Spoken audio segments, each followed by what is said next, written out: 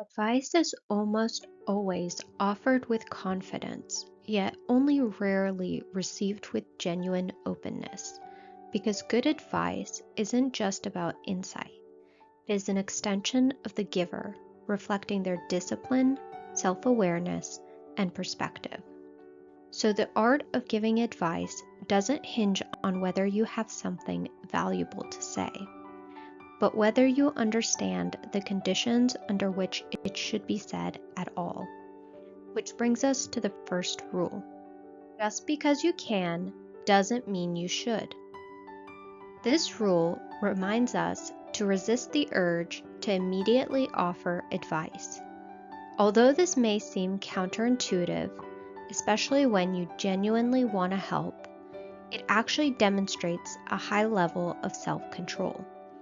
When you don't rush to speak, you create space for the other person to feel heard and understood, which often matters more than any solution you could provide. Not every situation calls for advice. Using discernment during the conversation can help you determine if someone is ready or willing to receive advice.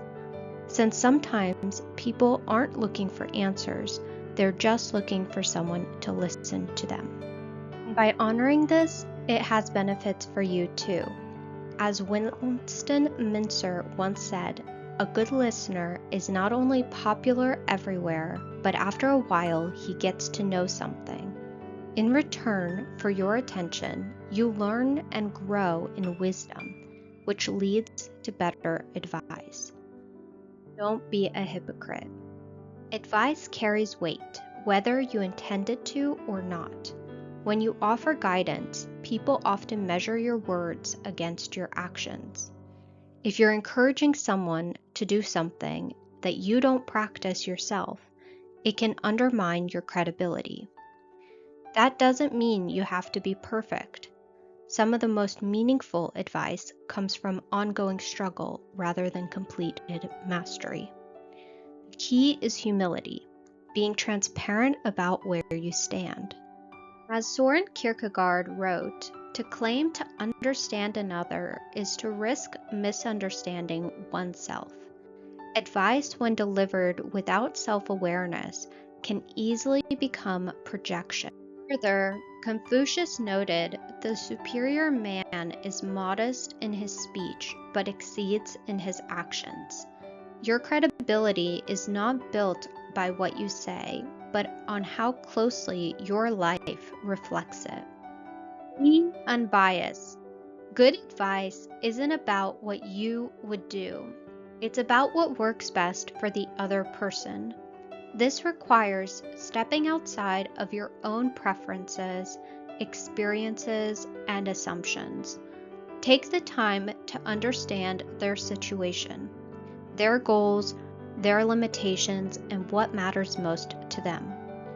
Advice that ignores these factors risks being easy to ignore.